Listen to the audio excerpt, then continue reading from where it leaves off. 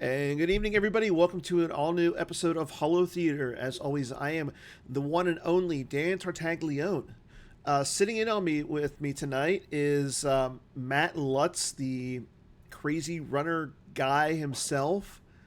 Hello. And joining us as our special guest is the one and only Connor Subley Britton. Connor, how are you doing out in California?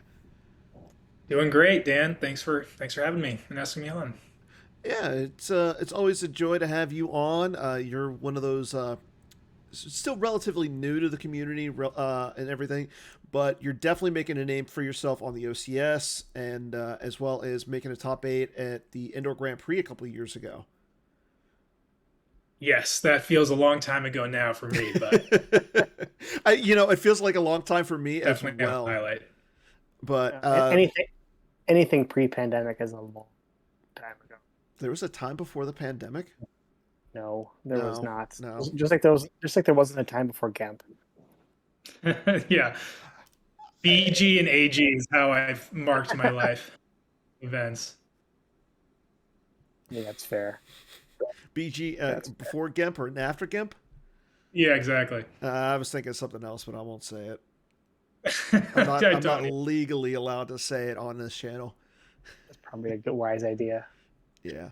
What do we have this evening, Dan? Well, tonight we got Connor on because Connor, for those who haven't read the message that I think Hayes posted this recently in I believe it was the announcement thread. Actually, I should have pulled this up beforehand. I completely forgot. I'm definitely behind the call. Was it in the announcer thread? But Connor is now our new playtesting lead. Yeah, Is that what we're referring to it? Czar? that sounds good. Duke. Yeah, insert title, whatever sounds good. I like that. Insert title here. I'll take that. The British monarchy is changing around, and so we can give titles out like willy-nilly. Go ahead. That's right. It's I mean, free for all. we need to get Chris Kelly on to actually knight people, though. Jedi Knight people. Yeah. Yeah. I mean, why I dig not? it. Or Scott. We can Scott. do that. Yeah, well, Scott, I think of as like I got nothing. He's the sovereign. The sovereign. He can knight people. That's fair. So, but yeah, recently Hayes decided to step down from his position as as he puts it in the post on the forums, the Lord and Master of playtesting, and appointed Connor as the new Lord and Master, obviously.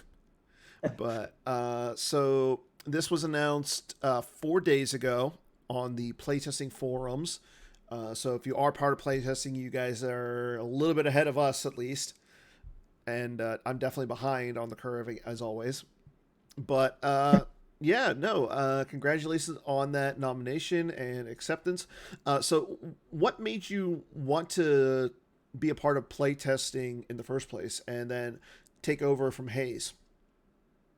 Sure. Well, I originally joined playtesting when I discovered it was a thing. It just sounded like a really cool way to engage with the game, and the virtual cards were part of my Star Wars CCG life since I've gotten into the game, and I've always found them really interesting and exciting, especially because they were related to the newer films. So it just seemed like a great thing to engage with, great way to engage with the game. So when I joined, Hayes was leading everything, and was a big part of me being a part of that. And so when I was asked to take over, I was definitely honored, a little surprised, but I do love the design and testing side of things. So it was an easy yes for me. Mm-hmm. And yeah, I've been doing playtesting for a year or so, maybe a little bit more, and Okay. at this point, I'm familiar with a lot of the playtesters and the the great minds that are behind some of the really, important discoveries and ideas that come out of the playtesting process. So, it felt like I was able to at least, uh, help them out and help them do what they do by taking over this role, which is largely about organizing our efforts, making sure we are testing the right things, finding things that you might not initially think about, whether that means using cards in unique ways and decks that they weren't really designed to be used in, or just even if it's just finding weird interactions. So that's kind of what my role is going to be. And on top of that, it's also going to be, just managing the roster of play testers. And we've already, started going through our list of active play testers and just making sure, basically using this as an opportunity to make sure that people who are interested are still on board, and those who aren't can we can thank them for their service and let them move on. But on that note, if there is anyone out there who is interested in playtesting or would like to know more, please just PM me on the forums, which is, my forum name is Stubbly, just like it is on GEMP and Slack. So, please, if you're interested, give me a shout, and we'll get you involved. Sure. Can you talk a little bit about what the expectations of playtesters are? What are you looking for?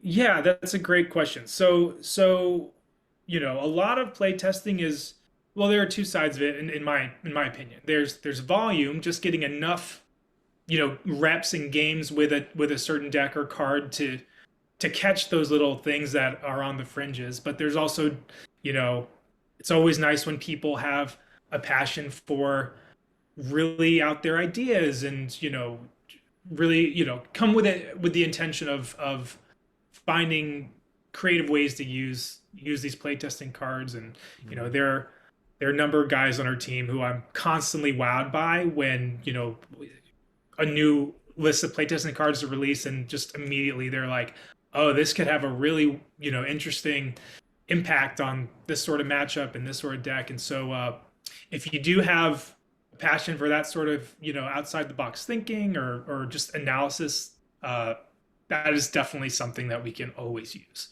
If you're on the other side of it and you just like to play a lot, and this will be an opportunity for you to put your GEMP time to a different productive use, then that's perfect too. That's kind of what brought me on board. So we welcome all efforts, I think.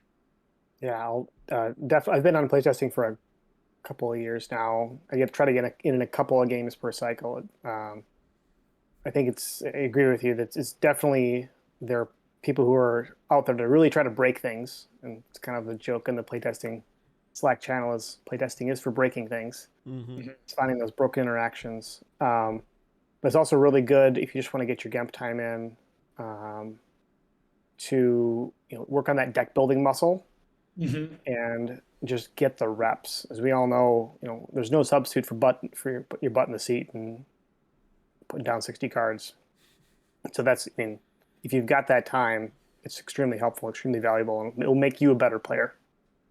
That's a great point. I've also found it extremely beneficial to my own development as a player, just to, have the opportunity to think about how cards are used before you see how they were used at the last major or whatever. It definitely is a good opportunity to grow your game in that way. So I'm glad you mentioned that. Yeah. Go ahead, Matt. Sorry. No, I was about to defer to you. Go ahead. I had the last question. Your turn.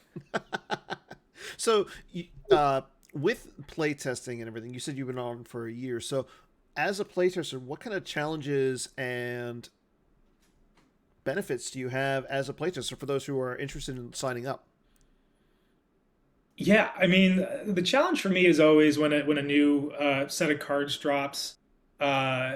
It's both exciting and challenging because you want to it's just a bunch of information and you're trying to figure out how okay, how can I do I have time to build a deck? And a lot of it is like, for me, it's hard to just like at a glance take a look and be like, oh, okay, that's cool. I have to I have to, approach it, attack it in one big fell swoop. So finding that, that window to really devote that time is a challenge.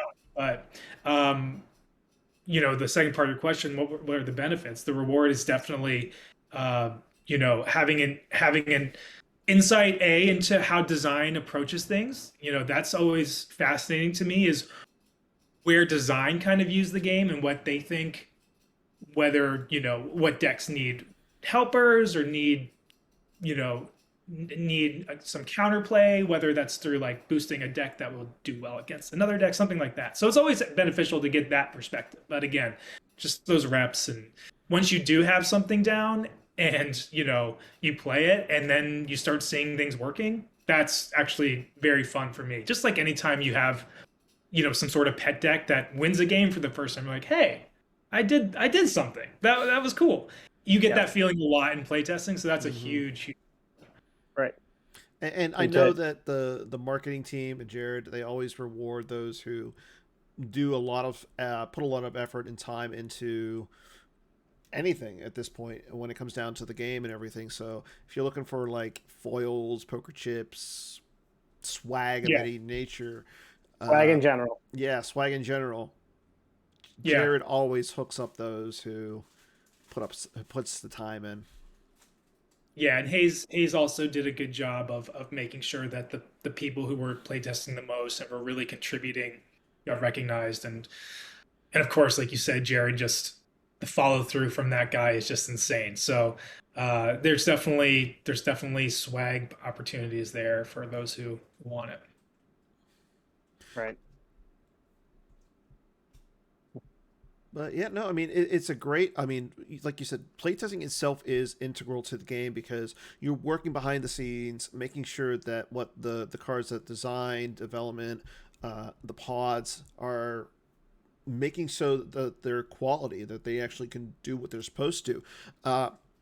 As a playtester, have you faced any cards that like right out the bat, like with, for example, right now, 0 Hour is like the hot topic. Is it too powerful? Have you experienced that as a playtester? Have like decks that we've put out, but they've needed a change? That's a good question. There's definitely times like everyone has a strong opinion on, most everyone has a strong opinion on playtesting because it's important to them, and everyone has a different opinion on what's too strong, what's ready to be released, what's not. And at the end of the day, it's important to remember that, our role is not necessarily to be the final arbiter on those decisions. It's just to be vocal about it and make sure that if you have concerns, they're known and it's weighed as part of the entire process. So that's definitely been something that, every playtester goes through and learns. So yeah, there have been some things that got released that I was like, I'm not thrilled that this is getting released, but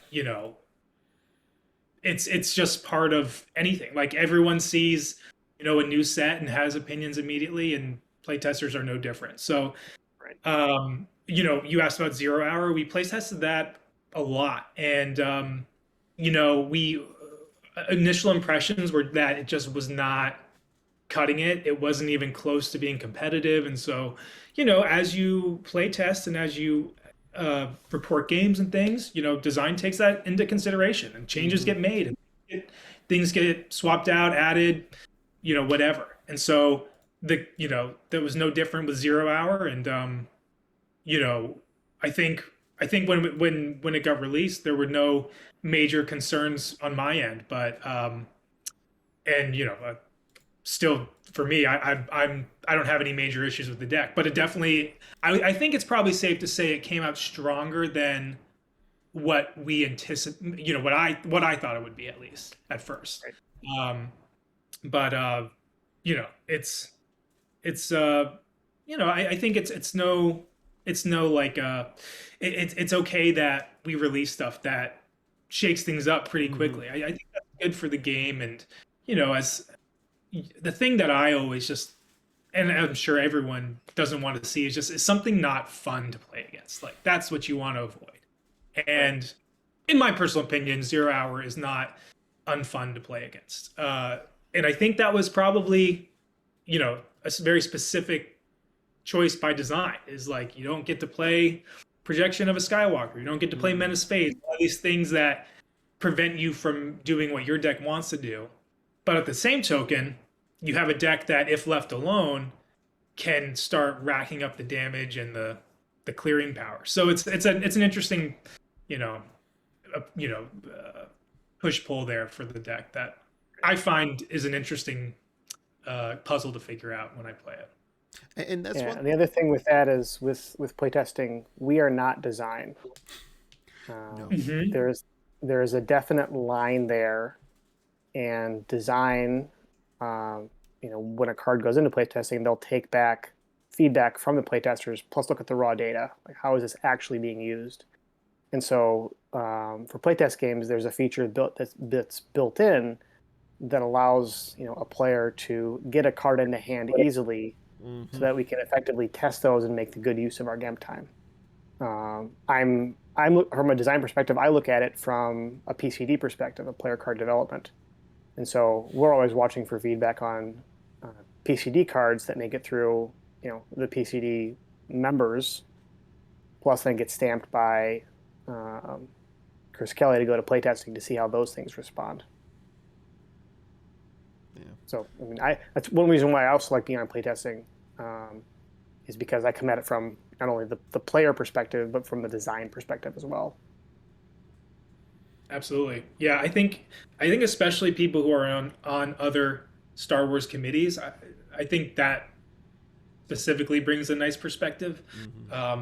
We have proofers on the team, we have design members on the team, all sorts. So I think all that, makes sure that we're approaching things from a bunch of different angles and getting a nice healthy perspective on what comes out. But yeah, when you're playtesting, you're not a designer, so it's just an important thing to remember. It's it just helps us do our job better to remember.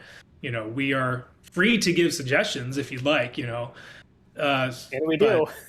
And that Slack channel, anytime a new set, new cards drop, it's a lot of chirping going on, but that's good. But yeah, at the end of the day, our goal is to just make sure that what we're given to by design is something that we either, feel is or is not ready to be put in the wild. Yep. So as a playtester, and like you said, you've been on it for a year now. In the last year, has there been a card that has been one of your favorite cards, like a pet card, or just one that when you've gone through the process that just really stuck out to you? That's a good question. I guess I've probably been on, now that I think about it, maybe a little bit more than a year, because I think my first set that I play tested was maybe 16 or something, maybe 15 or 16. But yeah, I think I always love it when a card comes out that makes a previously lesser or unplayable deck playable. So, and I love walkers thematically. It's a fun deck for me. So when the new fourth marker came out and made that into a real platform, that was really exciting for me. And personally rewarding, because I was somewhat involved in the creation of the cards. So that was really exciting. But on top of that,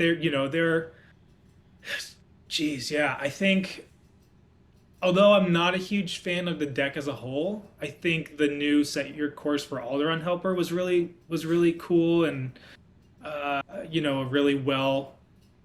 I think it is a pretty well thought out card, and can be countered if you need to, if you have the right way to do it. But overall, I think my favorite thing that I play tested has been the Rescue the Princess cards. I think to this day that's my favorite. That's probably outside of No Idea, it's probably my favorite deck that has come out. And I wasn't on playtesting when No Idea was going through the ringer. So that was a real joy. And I'm looking forward to seeing if there's things we can playtest in the future to maybe bump it up a little bit. We'll see. I'm so glad that you enjoyed playtesting RTP, because that came out of the PCD's own design pod with Nice. large assists from Andrew Moss, Yeah. Oh, and Andrew. then and Lenny, who was on PC at the time. Yeah, I just, just quick shout out to those guys because I remember when those were being tested, they were very active in watching games where they were being tested, and they took in feedback, a ton of feedback, and were really fun to work with on that process. So that was probably another reason why I enjoyed testing those cards. And yeah, I just think it's cool when a deck comes out that plays differently than a lot any other deck that's being played, and that deck, I play a lot, and I'm still discovering new ways to go about it, new angles, new lines, and I think that's a real testament to how the deck was released. But now that I think about it, there were a lot of things that we caught in the playtesting process for that deck, like the stipulation that you can't play what is it, Path of Least Resistance. That Oh yeah. you can play that in that deck. That's really pretty insane. The +1 movement from the central core text, which I think I forget every single game I play to this day. That was added at the 11th hour in playtesting because we realized it was just too easy to evade. And when you have a deck that is overly too good at being evasive, that's when I think it starts veering into NPA territory. And so I'm pretty proud of the way playtesting's feedback kind of steered that deck into a direction that when it was released, it definitely was not competitive. It still isn't all that competitive, but I appreciate the way we've approached that specific deck because, it just shows that, we're aware that enough that we don't want to be too aggressive with a deck like that, where it can be frustrating if too good in a specific. I was going to say, so for somebody who hasn't really played a lot of Rescue the Princess, how do you play it? Like, you've been playing it a lot, so come on, give us something. Give us a way to play that deck. Generally, the way you play it is you don't, because it loses a lot. But no, what I do like. What's that? It's hard to flip sometimes. Yeah. Well, what's kind of fun about it is sometimes you can win by really taking your time. And that was another thing that I've come to like about it is I think it's well designed because it's epic event. You do need to accomplish it to win the game. But if you don't accomplish it in if you don't flip second turn like OA or something, you're still going to be able to play the deck and win battles and figure out a way to do it. It doesn't, not accomplishing it doesn't prevent you from playing your deck, but you do have to do it to win, if that makes sense. So a lot of times it just depends what I'm up against and what Dark Side does. If they stack the core, a lot of times you stack somewhere else until, they go into it, enter a bad battle or leave themselves open somewhere, things like that. But generally speaking, I don't love to see, Sidious go down to the core turn one. That's a sad thing for RTP. But it is a fun for that reason because you can, it does feel very thematic. Like you are the dinky rebels trying to figure out a way through this maze of Death Star sites to win some battles and accomplish your mission. It's a great one. I love it. Yeah. Okay. So you're more of a thematic kind of a player versus I'm just going to play the best type of a deck. Yeah, I would say that's probably true. I'm not as hardcore about it, as like Andrew Moss, for example, who I respect highly. The decks he builds and builds well with his self-imposed stipulations. But yeah, I think it just gets me more engaged with my deck building choices when I'm playing something that's thematic. And just I don't know. I just think with a game this complex and intense, it requires 100%, mental stimulation when you're playing it. I just feel like when I'm playing, something like mains, which is nothing against mains, I just find myself being like, well, I'm just having trouble, I'm just not as sharp when I play it, and for whatever reason. And that's something that I have to be better at as a player, and am trying to diversify the decks I play. But I always love it when something feels thematic. It just makes it so much more fun. That's fair. So, with playtesting, what kind of what are your thoughts on how to build upon what Hayes has created? And going forward, what kind of like expectations are you going to have for those who are doing all this playing the game? Yeah. Well, it's kind of hard to, you know, it's kind of hard to top what Hayes has done. He brought a real, like, just what's the word? Just his awareness and history with the game is, as good as anybody's. And um, so just the perspective he brought to that role, to this role, was, it carried a lot of weight, and it was very, you know, well thought out. His analysis was well thought out. He knew what we needed to get out of any specific set, what needed to be tested and all that stuff. So in terms of improving on that, I don't know if I can, but there are some things that you just suddenly realize when you're given the key to a really nice card. You're like, oh, I guess I could test out, what this thing can do. So once I've started thinking about it, there's some organizational things I'm trying out that will, at the end of the day, just make sure that there's the communication channels between design and us playtesting is open, clear, so that we're always testing things that are in the moment relevant, and we're not losing track of anything. There's some things that have fallen through the cracks sometimes of playtesting. I think one of the standouts over the last couple sets was like, and I don't even think it was like noticed immediately at first, but Unita V, unless you have a site out, you actually can't play it. And that card was designed to kind of, you know, uh, give you a weapon against ROPS to some degree. So, and the reason why is because, years ago, or whenever we released the ROPS V objective, we made their sites immune to Unita. So like that sort of, it's funny because when you're playtesting cards, you're often playtesting new dark cards versus new light cards.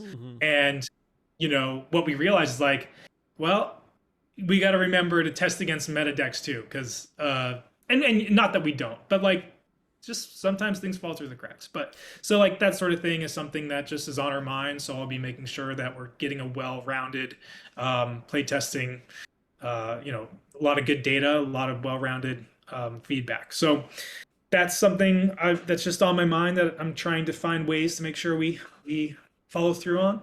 But yeah, it's a lot staying the same. I've made a post that if you end up on playtesting, you'll see that kind of just creates a little template for how to report games, just to make things quick, simple, and easy to take take things from. But yeah, it's really just small things so far. Hayes gave me a lot to work with and was exceedingly generous with his time and giving me all the resources he's built, whether it's Excel spreadsheets or whatever. So yeah, it definitely doesn't feel like I'm having to do too much, that I so far. You're not reinventing the wheel or building from ground up. You've got a solid foundation base to work off of. Yeah. I mean, that's kind of what I thought when I saw the organizational threads hit the playtesting channels. Like, okay, new sheriff in town. Let's channel our efforts in a more effective way. Yeah, it's just again, I'll be trying out some different things. I'm sure a lot of things will end up proving either ineffective or just extraneous. So if they are, we'll ditch them. We'll think of something else to do or not. The arbiter of our success will be how well, how much design is able to take from us and release good fun sets. So that's what we're all about. And as long as that's happening, I don't think anyone's going to be too concerned with the process. Right. Yeah. Awesome. Yeah, no, like definitely excited to see what you got, what you're going to bring. like it's definitely a exciting time for the game right now with all the sets that are being produced, and it's going to be even going forward. It's going to definitely bring a lot more to the table. But I'm glad to see that you are stepping up to the challenge and are willing to take over the reins and everything. So, but Yeah. definitely excited to see what you bring on forth for us. Yeah, yeah. Well, thank you, Dan. I'm excited and just was honored to be asked. So yeah, we'll see. Awesome. But yeah, no. Again, thank you. So yeah, starting with that, I mean, what else can be said about Connor taking over? It's definitely going to be fun and interesting to see what, like I said. But let's go back and talk about what's going on in everything with the Star Wars CCG world right now. Just this past weekend, there was the European Championships. I mean, that was a big event over in Germany. I think 30 some odd people made the trek. 37 the list says in a row. In a row? That's Jerry's line. But yeah, no, 37 people made the trek out to Germany to participate in the event. It was a great time. Exciting top 8. Two Americans made the top 8? Yep, Kessling and B. Fred. Yeah. Made the trek over. And top. But yeah, no, but we got to our finals. It is I don't want to say it just because I know I'm going to butcher his name and I feel bad. Emil and Jonas. Thank you. I'm so glad that you're here to correct me on the names, Matt, because you know me with names and everything. I mean, I can try and say it, but I'm definitely going to butcher them. That's right. But they will be there. They made the finals. They did not do the finals. They will be doing the finals here soon, from what I can understand. Not exactly sure when and what time, but once we have a set date, time, and I guess location, we'll let everybody know. But definitely going to be interesting to see like who comes out on top. The deck lists have been posted, so if you are interested in seeing what they played, what decks were being played, doing that there is no try. Yeah, 100%, Jared. Yeah, go ahead and check them out. They're all on the main channel. Can bring those up here in a second. Yep, just go and look at them right now. Anything stand out to you? I haven't delved deep into them. I was more looking to see what kind of final choices, for example, Kessling made on his Shadow Collective list. Mm-hmm. Yeah, but I think it's surprising to see that there was only 1 0 hour in the top 8, or no, 2 zeros. I'm sorry. CCT is still a deck, 2 ROPs, and this will make Connor happy. Jonas is playing walkers. I did notice that. I was definitely excited to see some representation there. And yeah, some good showing by a lot of players. So yeah, I was definitely a little surprised by the small turnout for 0 hour, just because it played a ton on GIMP, and yeah, it's definitely does things. It's very fast, efficient. So that's definitely curious. I don't know if that lets us. I don't know what that means for like planning for Worlds. If that is safe to assume that there will be a similar small turnout for 0 hour, or if we're just still getting our feet wet with it and we'll feel more confident to play it in a month's time. But yeah, that was definitely stood out to me. Yeah, it looks like it, 2 in the finals, and 7 folks played it in the main event. That's a little Or surprising. yeah. Like, I'm seeing Or sorry, or 6 did. Excuse me. mhm. what is steady as a what deck is that? That's a Gungan's deck. The Gungan deck. Uh, yeah. I believe that. Because there's a steady, which is the original one from Deed Palace. Then there's the combo card Yeah. from set 19. Um, I think Yoda communing being like the most popular deck was a little surprising. Same with Bring 'Em Before Me. I I don't know if this is a fair characterization or not, but I've always associated Euros with less mains love, but uh, maybe that's the biggest takeaway. If the non-mains, reputation just flipped on its head from one set, maybe that's all you need to know. yeah. I mean, what? Emil, Emil, Emil, Emil. Emil. Told you. He played Shadow Collective in OA. Those aren't main stacks. Jonas is playing Walkers. That's not a main Emil deck. also played ASM day one. That's not a main deck. A main Z deck. Look at the list here. I Yeah. haven't looked at that. You got your Vader in it. You Huh? even got your Vader in it. That's not a main card. Let's see. A Dooku, 3 Mauls. Okay, he's only Tyrannus, playing one a of the Vader. 2 Grievuses. That's a main Z That's style deck. not a main deck. Only one Vader. A main deck has to play at least 2.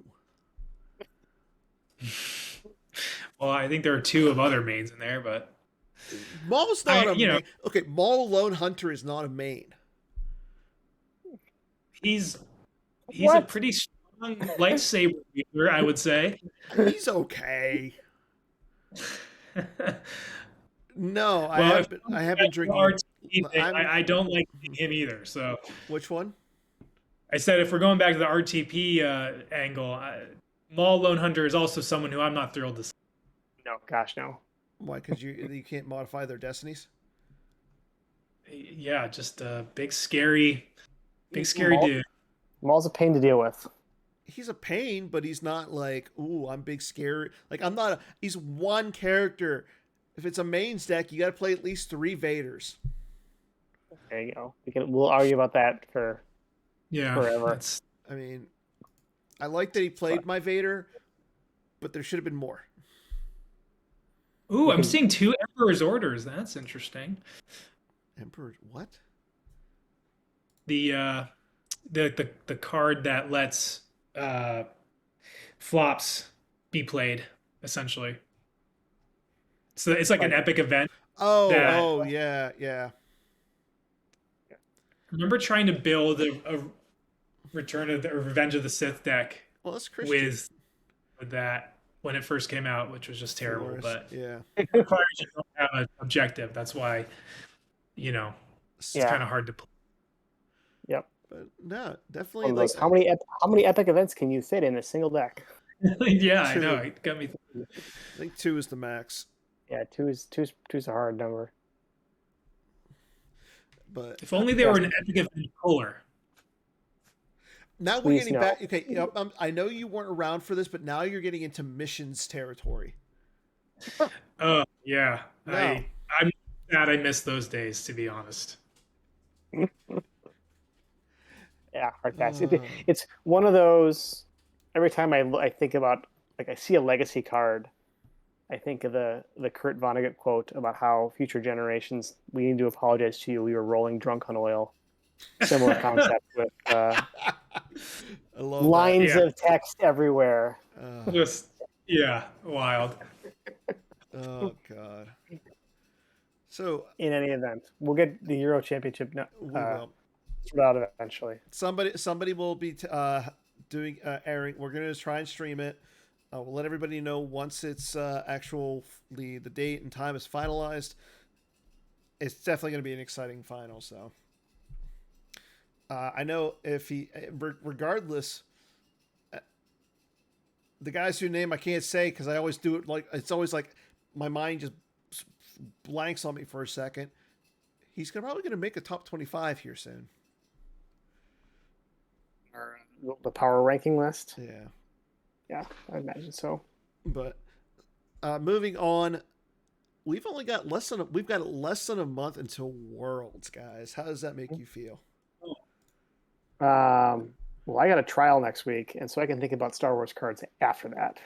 You can think about. You're gonna win the trial. Just go in there, be like, "I am Matt Lutz. I make top 8s like it's my job. Just let me win." We'll see. We can talk about it in Atlanta. But Yeah. I got my hotel today. My flight is booked. I have actually a couple of decks built in real life in prep for that. I was modifying some lists today when I had a few minutes, and I'm excited. Yeah. I think Connor, you're good. You said you're coming. Yep. Got my hotel today. Shout out to Drew for reminding me that it was our last day to get the hotel rate because it sucked. Yeah. Yeah. So I'm heading there. I gotta order cards to fill in the gaps. Same. And you know where you should order cards from, right? The PC website. The PC store, else. yeah. Nowhere else. No way. Well, good. Then I will be doing that. There you go. Got to support the PC and everything they do. So right now we got a nice little list of players who are signed up, ready to go to Worlds. Matt is on the list. I'm on the list. Connor is not on the list yet, just because I'm assuming Chris Goglin is sleeping or doing Chris Goglin things. But the biggest thing on the list to me was the Chu family is showing up. Yes. Big news. Huge news. Star Wars: The Next Generation. Yeah. There goes everybody's chances at making a top 8. Yeah. I thought it felt bad losing to the Minnesota kids in the in whatever tournaments you play against them. It's gonna feel worse losing to a girl for sure. It's okay. The way I think of it is Johnny Chu is probably one of the best ever. He's training his kids. They're gonna be better than everybody. Oh yeah. Now this is just more fuel to the fire for Bastion to show up. Oh. Just saying. And then checking up on our OCS standings for September. Connor, you're sitting at number 1. Congrats. Thank you. Another 10-2. Another 10-2. Hey, 10-2 is nothing to sneeze about. Behind you is Tom Struthers, Greg Shaw, Matt Harrison Trainer, Drew Lichtenstein rounding out the top 5. Joe Olson is sitting there at 9-1, so Joe has a chance at dethroning somebody. And then looking on down the line, Jared at 8-4, Timo 7-5, Gavin 6-6, and Justin Desai sitting at 7-0, undefeated so far this month. So looking pretty good there. And then looking at, just as a quick update on our top 16, Justin, Bill, Bastion, Zemwit, Drew, Brad, Gavin, Eric, and Matt Harrison Trainer are all qualified. I believe there's 6 spots. 1, 2, 3, 4, 5, 6, 7, 8, 9. There's a few spots left. I forgot to add, I don't know why it didn't update, but I know you're in there, Connor. And somebody else is in there from last month. Wait, who was the other person last month? I don't know why it didn't save. Steve Baroni. Oh yeah, that Steve. I mean, Steve's a good player, but I'm just surprised he got his 12 games in. I don't think he did. He did. Oh, really? Last month. He qualified last month. I don't think you have to play all your games to qualify. Do you? Probably. Like, if you go 11-0 and don't play your last game, you're probably going to have more points than most people. Well, if you go 11-0, that's 33 points. Yeah, so you would have somebody. Yeah, but I don't know for sure. I just remember looking at, wondering if he was going to get his last game in because he was sitting at, I think, 10-1 for a long time or something. But maybe he did at the last second. I don't know. yeah. Right. And then make sure you guys register. Make sure everybody registers for the Road to Worlds event. It is a GEMP fundraiser. A little bit of a fun preliminary to Worlds. Right now, there's a nice little. Got 26 people signed up for it, raising $335.31. I wonder who the jerk is that sent 31 cents over to the PC. I had to. Okay, let's do some swing it and a miss, and or it's a hit. We got 4 questions for these. So, you guys ready? Go for Yes. Okay, number 1. 0 Hour will not see an errata before Worlds. Again, it's the big hot topic right now. I don't know what you guys are thinking. Let's start with Matt. I think. A miss is it No, will see. So, Yeah. I think this is a hit. I think they're going to leave it as is and then let this kind of self-imposed Friday deadline pass, and we'll go to Worlds and we'll see it kind of shake out. Okay. Connor. Yeah, I think.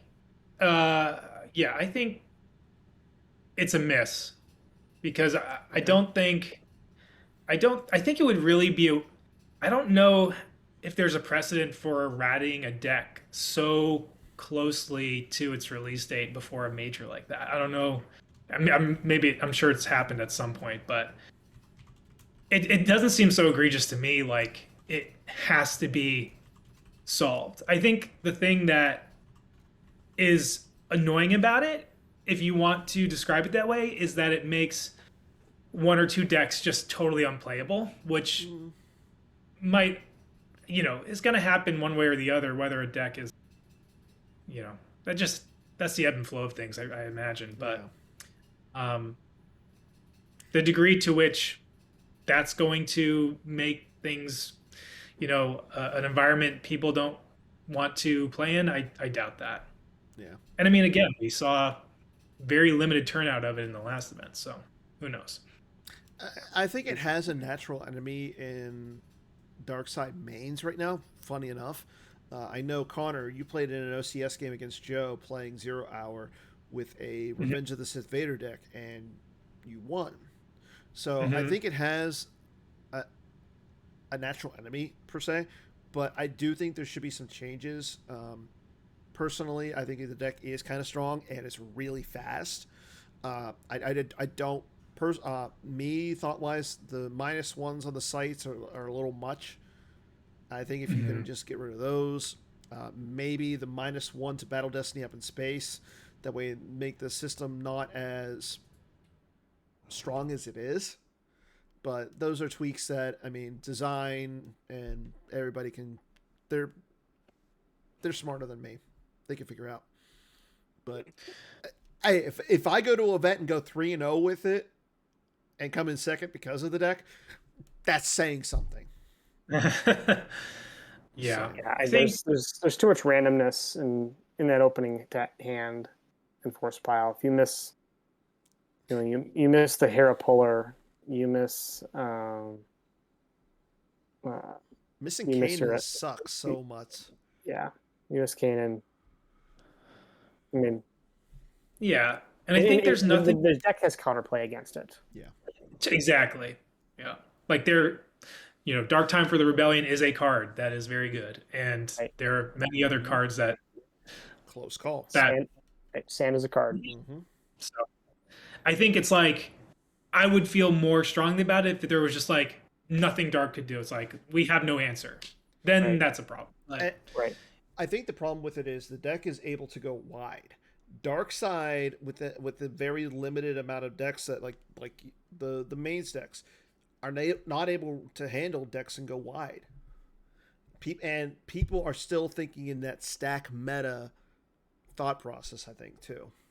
Right. Well, we always see that when you get a deck that can go wide versus a deck that's got a more limited character package. So, Okay. On to our next question of the night. Worlds will have more people in attendance than Euros. Euros had 37, number. and that's a number. Worlds is sitting at about 26 right now. With 2 weeks, with what, 3 weeks to go? Yeah, a little over 3 weeks. Yeah. Connor, Or we'll yeah, start with you this I time. guess 4 from Friday. 4 weeks. so the question is, it's a hit if Worlds has more than Euros. Yes. Yeah, I think that's a safe. It's a hit. I feel like there are always a lot of signups in the last week and even the day leading. agree. I would venture a 58 final count. Wow. That's my number. Wow. That's a pretty good number. I'll take. I'm going with I will take the over on Euros attendance. I will take the under on 58. I'm with Matt. I'm with Matt. I would love to Yeah. see 58. That's Yeah. a lot of people. Yeah, We'll see. I actually don't even know how many we had last year. I probably should have used that as a base. Yeah, Yeah. that's probably a good number. I mean, the nice thing is Atlanta's kind of a big airport, so. Mhm. But Yeah, I mean, flights are also insane right now. I think Yeah. Charlie's driving down. I mean, everybody could just pile in with Charlie and Kendall. They're both driving. I have been quite jealous of the various road trips people have been taking on account of Star Don't. Wars. It's No. No, it's the grass. Coming back Sunday from Virginia was just a nightmare. But that's another topic. On to question number 3. At least 2 people who have not qualified for the OCS before will qualify this month. Ooh. I That's good. abstain. I don't follow the OCS stuff very much. Yeah. Okay, Not Connor. gonna have to reference So who is qualified. you've qualified. Tom has not qualified, but he qualified before. Greg has been in before, I believe. Yeah, with all the at-larges and everything, it's gonna be interesting. Like I know Eric has never qualified, so he got in a couple months ago. I think that's it off the top of my head. Bill has never made it before. This is his first time. Has he already qualified? Yeah. Yeah. Yeah. He had a perfect month actually. Yeah. Yeah, I can't help you on this one. I mean, looking at the list, like the closest I can think of is maybe Kyle Kruger. He's 6-2 right now with a good win percentage. And then looking on down the line, Apollyon is still 3-1. So I think Cirque has a good shot of an at-large, yeah, but I'm not sure if he's qualified before or not. I don't think he has. I'm gonna go with He might- miss. It's gonna be hard. Like depending on the at-larges and everything, I think it's possible, but Yeah, it can be difficult. Kessling would make his first. So Kessling, I'll go maybe it's- Saracen. I'll go. It's a hit just to go 3 for 3. It's a hit. Well, let's see if we can go 4 for 4. You ready? Communing and ROPS will be the most played decks in the September OCS. I'm glad to see that Adam Fletcher is coming back with all of his data and everything, his rock hard, cold hard facts. So I'm glad to see that he's been doing those again with like You love the cold hard facts. Willy Wonka, the Willy Wonka memes of Yeah. cold hard facts. Hey, it was a good meme, It was great. but now so commuting is a broad one, so I included Yoda and Qui-Gon just because they are seeing a lot of play. ROPS, I think, is probably one of the top dark side decks. Yeah, top 3. Yeah. So I'm gonna go with a hit. I have no reason to disagree with you. I'm going to say it's a miss because I Ah, think Rob's is probably going to be up there, but I imagine that there's just going to be too much Zero Hour in there to take away from Yoda okay, Muting's throne. okay, That's fair. that's fair. Especially now, that the word is out. Apparently, Mainz just crushes. You had a Well, good actually, you had a good yeah, yeah. yeah. Well, paging Echo Base Trooper. Let's get some of your rock hard facts in here, and we'll see what happens. Moving on to finish out tonight's show. So tonight's token, I think, has to be Din Djarin. Oh yeah, Yeah, I've got mine upstairs. mine's in somewhere. I don't know. I don't think I Yeah. have one. it's such a good looking card. It I love is. it. But remember, if you are if you're doing like the whole sticker program, send over your tokens. We'll get those. We got one more month or one more batch to go. Make sure you guys like, subscribe, and follow the PC on everything, especially on Twitch. Make sure you guys, our Twitch page links up all of our main broadcasters, commentators, and we'll have all these exciting programs and everything. So make sure you guys subscribe to Twitch so you guys can get cool foils from Jared, those Brian Shore bus packages that he sends out. Everybody loves Shore getting, bus. and this is the last week to vote on the 2022 Hollies. I'll be ending the voting on the 21st, so make sure you guys go ahead and vote on them. So far, we've had 35 people, and again, once you guys vote, out of the 35, I will be raffling off a Holotheatre's Hosts and Heroes pack. So make sure you guys vote on that. And last, but surely not least, are you ready for your lore challenge, Connor? Let's do it. It's not a lore challenge. Okay, then let's not do it. Your challenge tonight is the new game. The new game is, what card is underneath this V card? Ooh, okay, spicy. Let's see. What's your underlying card? So all you got to do is give me the underlying card of a V card. You want 15 seconds to guess, and it's not Akrev.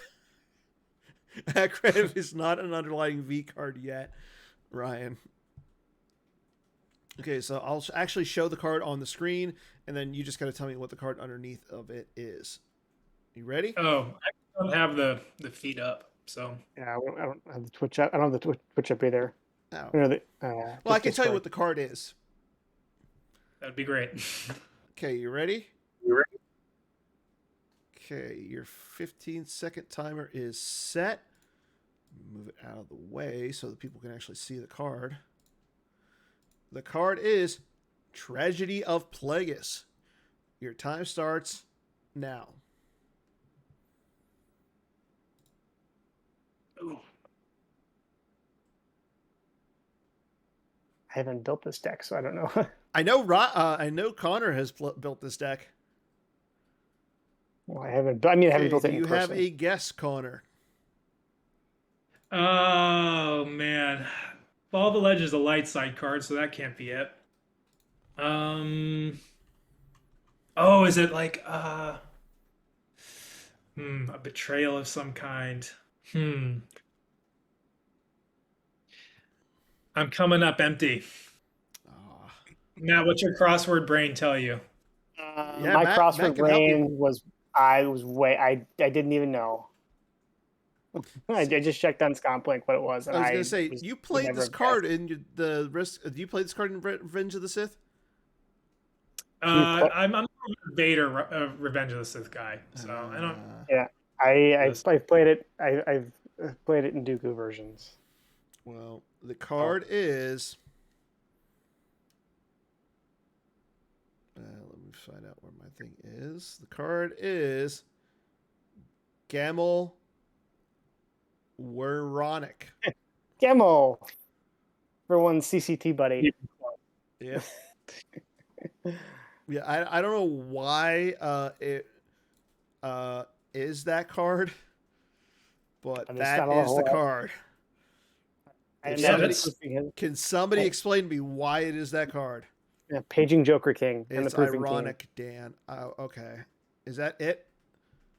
Is that literally all the reason? It's a reason. Because that character has like a blanket over its head or something, and he's under a blanket, and Plagueis is under a blanket. I don't know. I'm reaching here. You guys and your puns. Well, that's all we have for tonight's episode. I want to thank Connor for coming on as the guest, Matt coming on as the co-host tonight. Next week, prep for the Hollies, I guess. One more week again for the Hollies. Hollies are in 2 weeks. Kendall and I will be doing that.